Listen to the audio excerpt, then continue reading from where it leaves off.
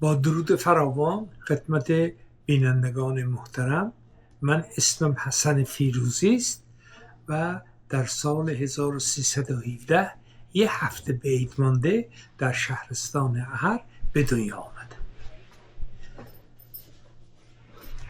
به همین علت اسم منو حسن کردن که حسن اسم پدر بزرگ من بوده که در احر خیلی معروف و مشهور بود و به احترام اون همیشه تا وقتی من ازدواج کنم همه افراد فامیل منو حسن آقا صحبت میکردن. ولی روزی که ازدواج کردم خانمم گفتش که من که نمیتونم به شوهرم بگم آقا. بالاخره با جر و بحث‌های زیاد قرار شد همیشه مرا به عنوان حسنم، یعنی حسن من، صدا بکنه. به هر صورت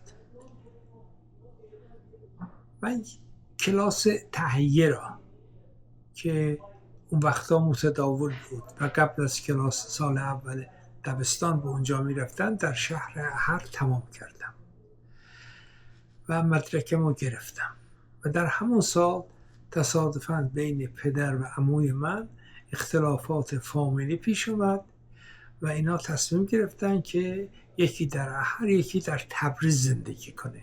برای اینکه این کار رو انجام بدن گره به نام تبریز احر نوشتن که بین من و دختر عمویم فیروز خانم فیروزی گذاشتن رو زمین یکی برداریم. گره‌ای که من برداشتم نام تبریز آمد. به نتیجه ما مجبور شدیم تمام وسایل و چی که داشتیم در یک کامیون زدیم و راه افتادیم رفتیم به تبریز. تبریز خیابان شاپور، کوچه سنگ تراشان. و کامیون خالی کردم و من وارد شهر شدم. خونه خیلی مرتب و منظمی بود. بردم وسایل جمع کردم و چون سال تحصیلی داشت شروع می شد اینی که پدرم منو برد در یه دبستانی که در همون محله بود و به نام دبستان جامی بود ثبت نام کرد. و شما میدونید که فرقه دموکرات در 21 آذر سال 1324 بعد از اینکه روس‌ها از ایران رفتن اعلان موجودیت کردن و آذربایجان شرقی و غربی رو و قسمت از کردستان رو صاحب شدن و زبان ترکی را در مدارس تأسیس دادن. و در روز 21 سال 1325 اینا از تبریز فرار کردن که من در همون سال با وجود که 7 سالم بود ولی در خیابان چوبای اعدام زیادی را دیدم و ناراحت شدم. به هر حال پدرم من برده گذاشته بود دبستان جامی. مدیر مدرسه آمد به کلاس و گفتش که چون حکومت عوض شده شما همه تون باید شناسنامه‌هاتون رو بیارید که ما دوباره ثبت نام بکنیم. منم رفتم بدون که به پدرم بگم صندوقی که میدونستم تمام شناسنامه و مدارک اونجاست اونو برداشتم گذاشتم تو جیبم. وقتی میخواستم به مدرسه نزدیک بشم کنجکاویم منو برا داشت که اینو باز کنم و بخونم و خیلی حیرت کردم. اسممو درست نوشته بودن، نام حسن، نام فامیل فیروزی، نام پدر قاسم، نام مادر سکینه. من خیلی متعجب کردم و در حیرت شدم چون خانمی که در خونه من فکر میکردم مادر منه اسمش روحیه بود. خیلی شوکه شدم و رفتم مدرسه. مبصر کلاس با من خیلی دوست بود و بچه خیلی با ارزش و دوست داشتنی بود. بهش گفتم که آقا جریان چیه؟ من اسمم درسته ولی اسم مادر من اینجا عوضی نوشتم. گفت نه پسرم، برادرم، حتما پدر شما وقتی مادرتون فوت کرده این از همون برای شما مونده. حالا اسم مادری که در خونه زندگی میکنه چیه؟ گفتم روحیه. گفت پدرتون رفته زن دیگه گرفته و اینو شما مبادا تونه بگی و باعث ناراحتی بشی. بعد از ظهر که من به خونه آمدم، طبق معمول پدرم یه پول میذاشت رو میز که اونو برمی داشتم، میرفتم نون سنگک میخریدم. همون پول برداشتم رفتم 2 سنگک خریدم و انداختم روی میز و به نامادریم گفتم که من گرسنمه و اون گفت که گرسنته، این نون اونم پنیر تو زیر زمین، برو بردار بخور. گفتم بله دیگه، نامادری بهتر از نمیشه. اگر مادر من اینجا بود و نمرده بود به من میگفتش که پسرم نونو بردار و برو زیر زمین، اونجا مربا هست، از اون بردار بخور. این آمد به خودش بجنبه که نه این چی، از کجا شنیدی؟ گفتم من از شناسنامه دیدم. گفت اونو در اشتباه نوشتن فلان. به هر صورت من متوجه شدم و از فردا صبح احساس میکردم که چرا اینجوری شده. تو مدرسه به بچه ها میگفتم و قانع شدم که باور کردم که مادر من وقتی من بچه بودم فوت کرده، پدرم رفته یک زن دیگه گرفته و هیچ وقت گفتم به روی پدرت نیار که ناراحت نشم.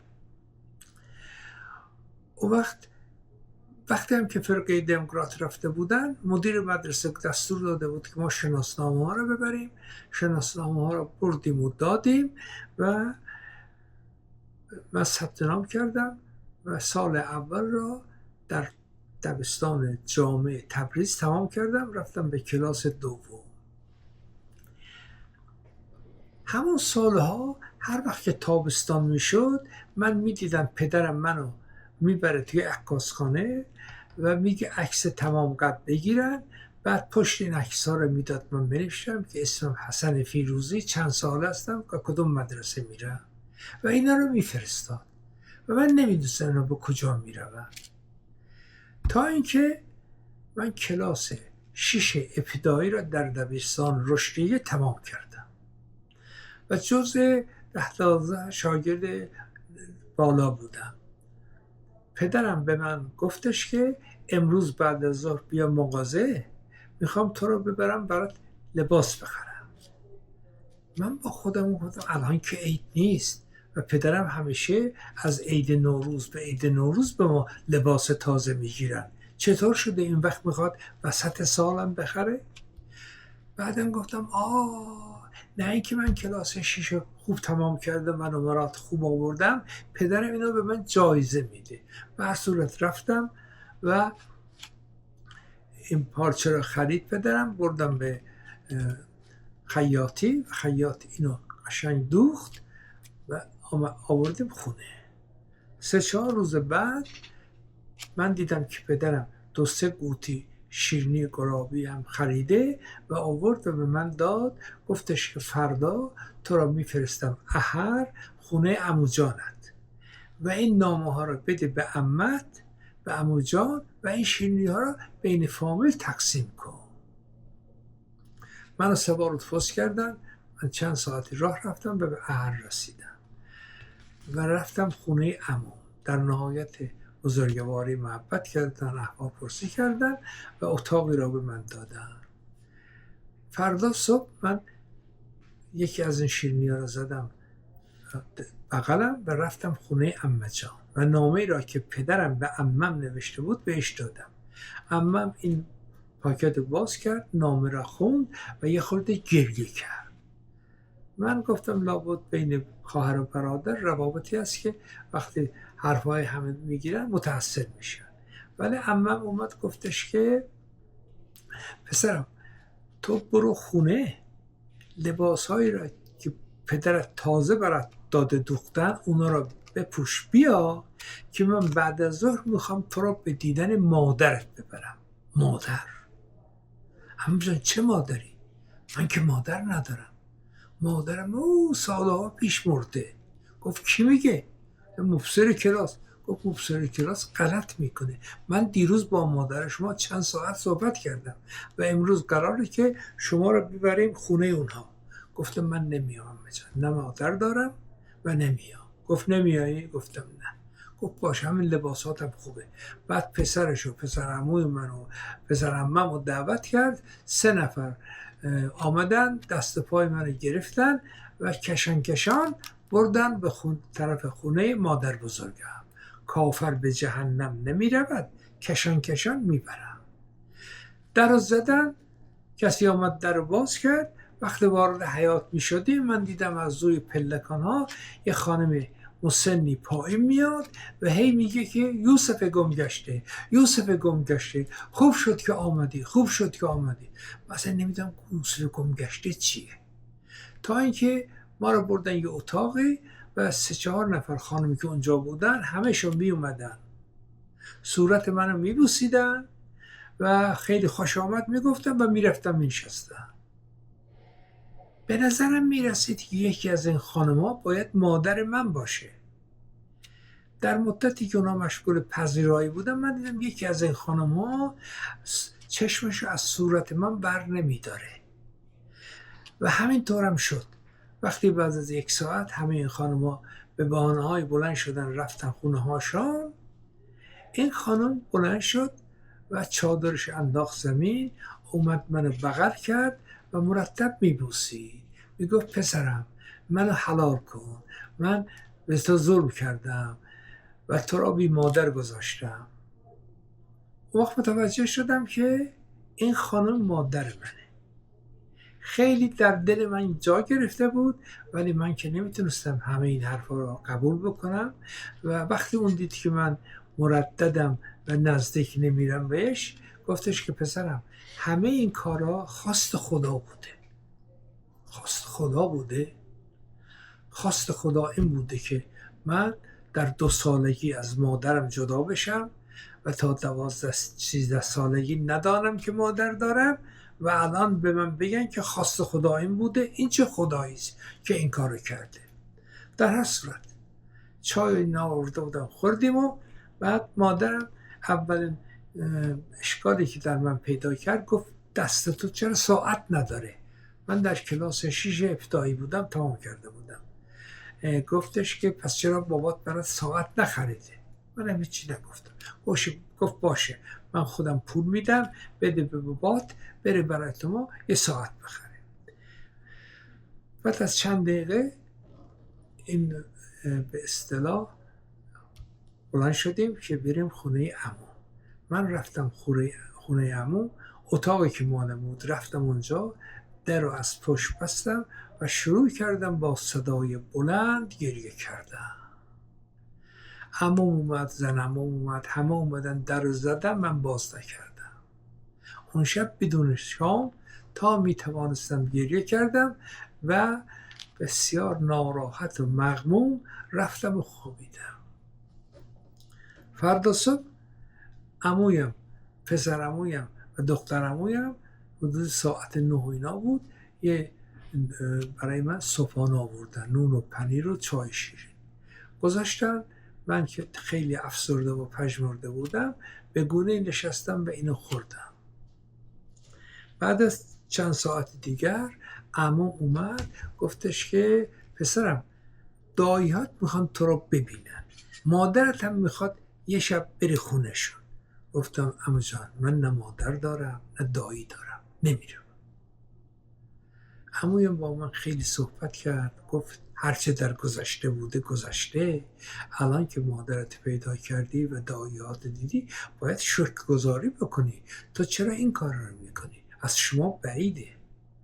بالاخره من علی‌رغم تمام این توصیه ها و پیشنهاداتی که عموی و عمم و سایر اعضای فامیل دادن به قدری آشفته و شخصیتی شده بودم که خواهش کردم منو بفرستن به تبریز که عمویم ترتیب کارو داد و روزی که من از تبریز میرفتم بهر از طرف مادرم 100 تومن پول بود آورده بودن به اضافه یه بره.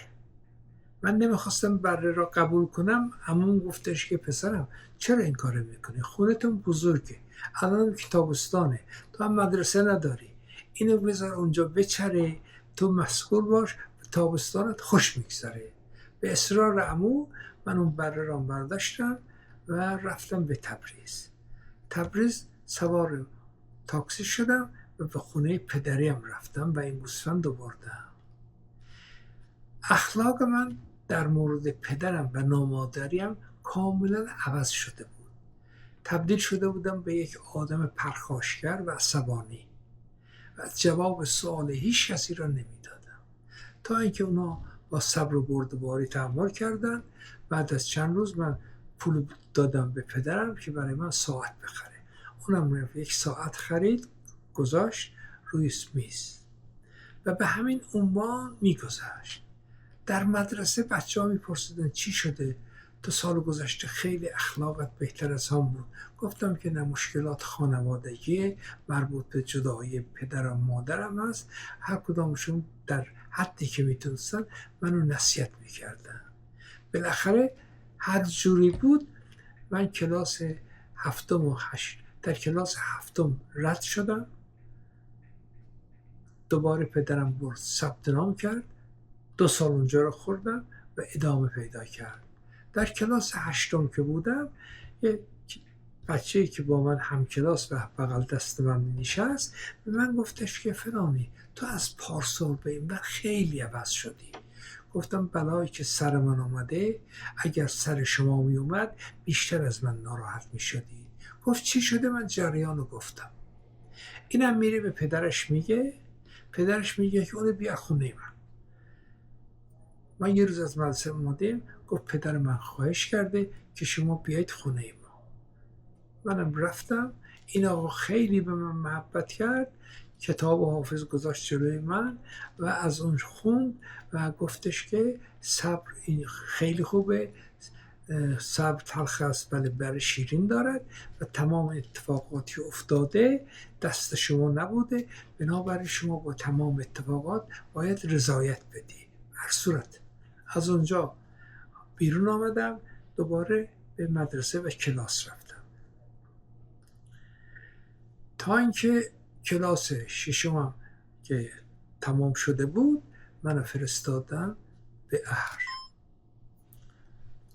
بالاخره به هر صورت و به هر شکل من کلاس هشتم و نهم رو تمام کردم در دبیرستان رشدیه و بعد از اینکه کلاس نهم رو تمام کردم رفتم به دانشسرای کشاورزی و در کنکور اون امتحان دادم. کنکور اون امتحان دادم که اینا افرادی بودن که 2 سال میرفتن تو با خواب اونجا درس میخوندن، بعدم وزارت کشاورزی استخدامشون میکرد. من رفتم کنکور رو دادم و قبول شدم. در روزی که با من مصاحبه میکردن یکی از اون آقایون پرسید که برنامه‌تون چیه؟ گفتم من بعد از اینکه این مدرسه کشاورزی را تمام کردم میرم به مدرسه‌ای که به اصطلاح درس کشاورزی کامل بخونم و مهندس بشم. قلم گذاشت زمین، گفت آقا ما نمیتونیم شما را قبول بکنیم. اینجا مختص کسانی است که از همین حالا که دانش مدرسه را تمام کردن برن به روستاها و به کشاورزان ما کمک بکنن. من با چشم گریان آمدم بیرون و دوباره رفتم. داییم کمک کرد به من و من کلاس 10 را رفتم در تبریز در دبستان، از کنم خدمت شما که درس رو شروع کردم. سال اول اونجا بودم، دوباره داییم به من کمک کرد. من رفتم یه مدرسه به نام دبستان رازی که داییم اونجا تدریس میکرد و اونجا رو هم خوندم و سال 12 را اومدم به دبیرستان تقی‌زاده. این یکی از شلوغ‌ترین مدرسه ها بود با عده زیادی شاگرد و از طرف آموزش و پرورش می اومدن، بالا سر ما می ایستادن و مراتب خیلی سخت بود. به هر صورتی بود اونو گذراندم و نمرات خوبی گرفتم. پدرم منو تشویق کرد و یک کت شلوار دیگه پارچش خرید و برام دوختم. از طرف دیگه من در این سن و سال متوجه می شدم که یک عده فامیلای ما وقتی به هم می رسن سلام میگن و یک عده دیگه الله حفا میگن.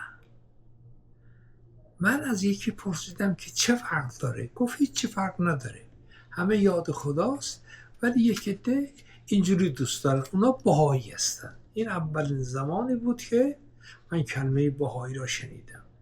من در خانه میدیدم که پدرم میشینه مناجات میکنه، دعا میکنه، ولی متوجه نبودم که این دین اسلام نیست، مسلمان نیست. بعدها در کلاس دهم که بودم، دو تا خانم خونه ما مهمان بودن. وقتی از من در آمدم و سلام کردم، اینا از من پرسیدن که شما درس اخلاق کلاس چندم هستی؟ گفتم از درس اخلاق نرفتم، من نمیدونم اصلا درس اخلاق چیه. اینا از نامادریم پرسیدن، بعد با هم صحبت کردن. بعد یکیشون گفتش که من جمعه میام و شما رو به یک کلاس درس اخلاق میبرم. جمعه صبح اون خانم اومد و من با خودش برد به اولین کلاس درس اخلاق، یعنی کلاس در واقع دهم بود. و یک خانمی اونجا بود که کلاس رو اداره میکرد. اول سوالی که از من کرد این خانم، گفتش که فلانی حضرت عبدالبها کی بوده؟ و من خیلی جسورانه گفتم که قائم آل اسلام. بچه ها همه شروع کردن خندیدن و خندیدن و خندیدن و من ناراحت شدم، سر من رفتم پایین. ولی این معلم زیبا و خیلی با شخصیت به گونه‌ای حرفهای من رو چرخان و عوض کرد که حق را به من، در صورت که من خودم میدونستم که من اشتباه گفتم. به هر صورت من از همون سال به درس اخلاقم رفتم و تا کلاس 12 درس اخلاق جز شاگردان خوب بودم. در کلاس 11 یه آقایی بود در تبریز، آقای دکتر روشنی. این کلاسی دایر کرده بود، کلاس مشق نطق، خونش بود. منم رفتم اونجا و از من خوشش اومد. گفت که خیلی خوش آمدید، میخواید واقعا این کلاس بیایید، هفته باید 3-4 ساعت اینجا وقت بگذارانید و باید نطقهایی را که می نویسید بخونید و ادامه بدید، قول میدی؟ گفتم بله.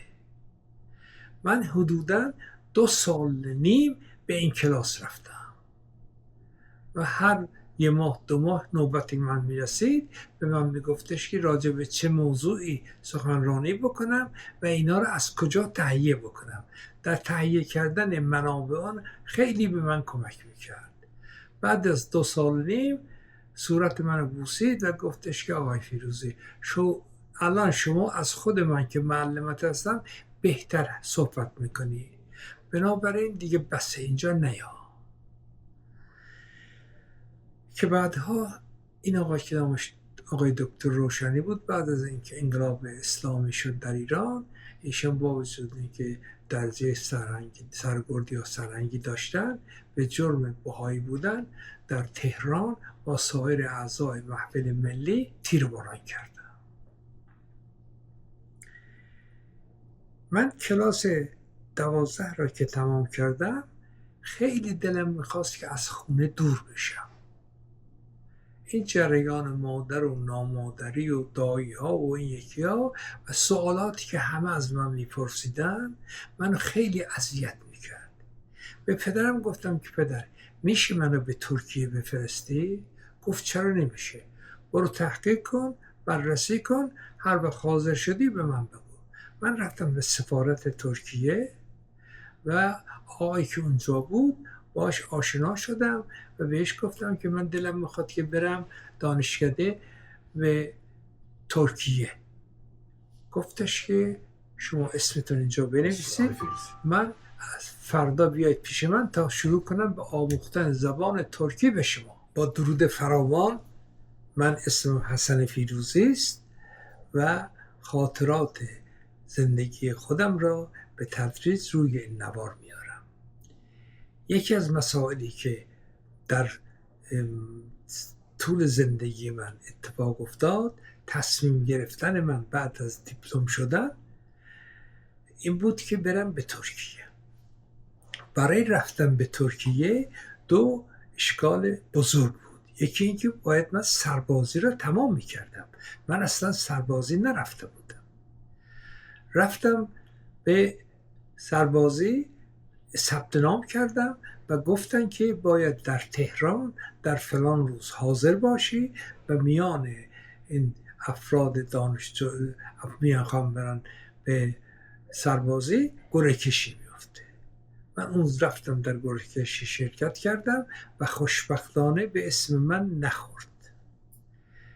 به وقت تموم شد احساس کردم آزادم و الان میتونم برم به ترکیه. رفتم با پدرم صحبت کردم، گفتم پدر برای من خیلی زحمت کشیدی، تو هم مادر هم پدر من بودی، ولی من دیگه از اینجا به تنگ آمدم، میخوام برم ترکیه و یه مقدار با فرهنگ اونا آشنا شم. گفت پسرم من که راجع به ترکیه چیزی نمیدانم، خودت برو کنسولگری ترکیه اطلاعات لازمه را به دست بیار، بعد بیا به من بگو، اون وقت ببینم چیکار میکنم. من فردای اون روز بلند شدم رفتم به کنسولگری ترکیه در تبریز. آقایی که پشت میز نشسته بود هم ترک بود هم اونجا کار میکرد و از طرف دیگر معلم زبان ترکی بود. به من گفتش که برای چی میخوای بری اونجا؟ گفتم من میخوام برم دانشکده کشاورزی و مهندس کشاورزی بشم. گفت پسرم اول شما باید زبان ترکی را یاد بگیرید و منو ثبت کردن اونجا که هر روز چند ساعت میرفتیم و شروع کرده بودیم به یاد گرفتن زبان ترکی استانبولی. بعد از 7-8 جلسه این آقا به ما گفتش که البته چون الان وقت دیر میشه، اگر دیر برید ممکنه دانشکده اسم شما را ننویسه، پس بنابراین کلاس رو در اینجا تمام بکنید و هرچه زودتر برید به آنکارا که اسم شما در دانشکده کشاورزی نوشته بشه. من اومدم با 1-2 تا از دوستانم که اونا میخواستن بیان به ترکیه، رفتیم بلیط خریدیم، بلیط قطار که بریم به آنکارا. در راه آهن یه آقایی رو دیدم که دوست پدرم بود، آقای مدرس که وکیل مجلس بود و خیلی از انسان‌های فاضل و دانشمند بود. ایشون هم پسرشون اومد به من معرفی کرد، گفت اینم اسمش ناصرالدینه و میخواد بیاد ترکیه. گفتم ما با چند نفر داریم میریم؟ گفت پس مواظب اینم باشی. ما حالا 5 نفر شدیم که داریم میریم از ترکیه. من وقتی با ماشین به ارزروم رسیدیم، رفتیم هتل را گرفتیم که شب اونجا بخوابیم و فرداش سوار قطار بشیم و بریم به آنکارا. صبح زود من بلند شدم که برم ببینم چه ساعتی بشه. دیدم که نه، اینجوری نیست. اول باید از گمرک ایران خارج بشیم، پاسپورت هایمون نشون بدیم، دولت ترکیه به ما اجازه رفتن به ترکیه را بده و مهر زنه به پاسپورت هامون. بعد از اون بریم سوار ماشینی بشیم و بریم به آنکارا. ما رفتیم و همین کاری کردیم و بالاخره به هر شکل و صورتی بود ما 4-5 نفر ایرانی تو قطار نشستیم و رفتیم و بعد از 24 ساعت یا بیشتر در قطار نشستن رسیدیم به شهر آنکارا. در آنکارا از قطار پیاده شدیم. به ما آدرس هتلی داده بودن به نام تمیز هتل، یه هتل تمیز. سوار تاکسی شدیم رفتیم اونجا، دیدیم که از تمیزی هیچ خبر اینجا نیست. نه تمیز بود نه زیبا بود، ولی چاره‌ای نداشتیم. ما چمدانامون رو برداشتیم گذاشتیم، به بچه ها همشو بردم بالا.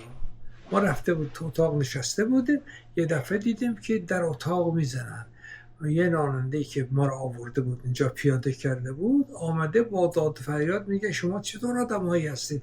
چرا نگاه نمی‌کنید که همه چمداناتون رو برداشتید یا نه؟ من رفتم خونه میخواستم بخوابم، پشت ماشین نگاه کردم دیدم که این چمدان اونجاست، اینو براتون آوردم. منم خیلی خوشحال شدم، مال من بود.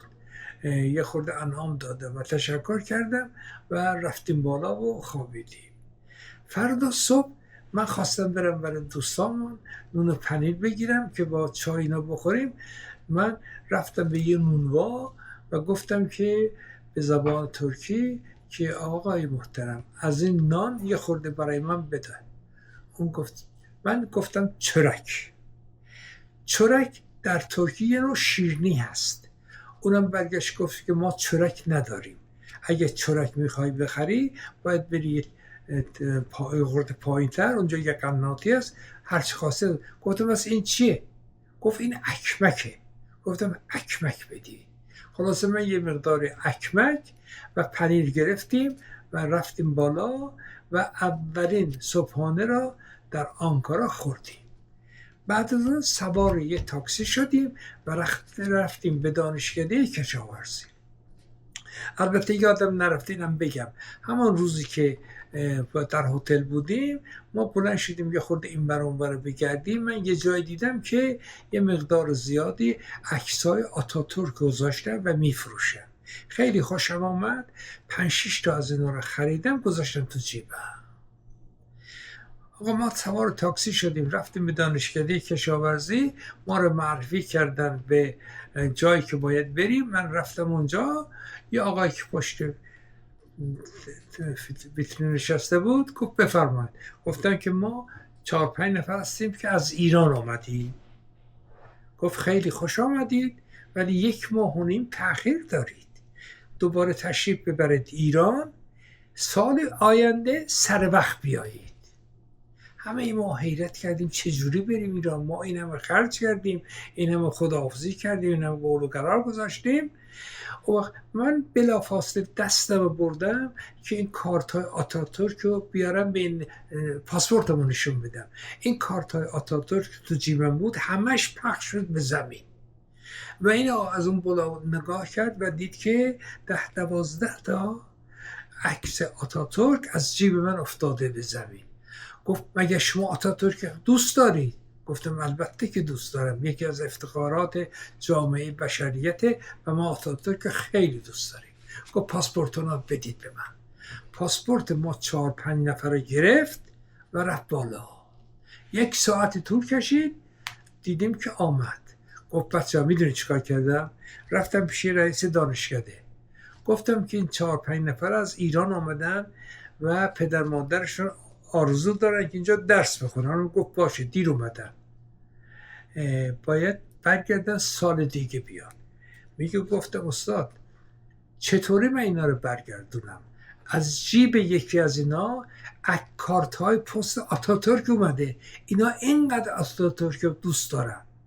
میگه رئیس دانشکده‌ام یه نگاه کرد، گفت برو هر غلطی میخوای بکن. آن اومد فوری اسم ما را نوشت و به ما گفت که همین الان برید به دانشکده و سر کلاس.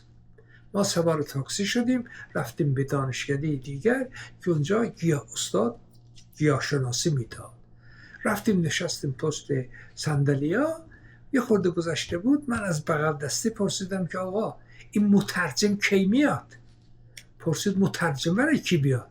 گفتم برای که این حرفای آقا را ترجمه بکنه. گفت این استاد به چه زبانی صحبت میکنه؟ گفتم فکر میکنم به آلمانی حرف میزنه. گاه خندید. گفت پسرم شما نه آلمانی بلدی نه ترکی، اینی که بهتره برید هر روز 2-3 دفعه سینما برید و صحبت کردن به زبان ترکی یاد بگیرید. ما خلاصه آمدیم و برگشتیم به خونه. به دستور همین آقا روزی حداقل 2 تا فیلم میرفتیم و تماشا میکردیم و یواش یواش آشنا شدیم، به زبان ترکی یاد گرفتیم و با ترکا دوستی برقرار کردیم.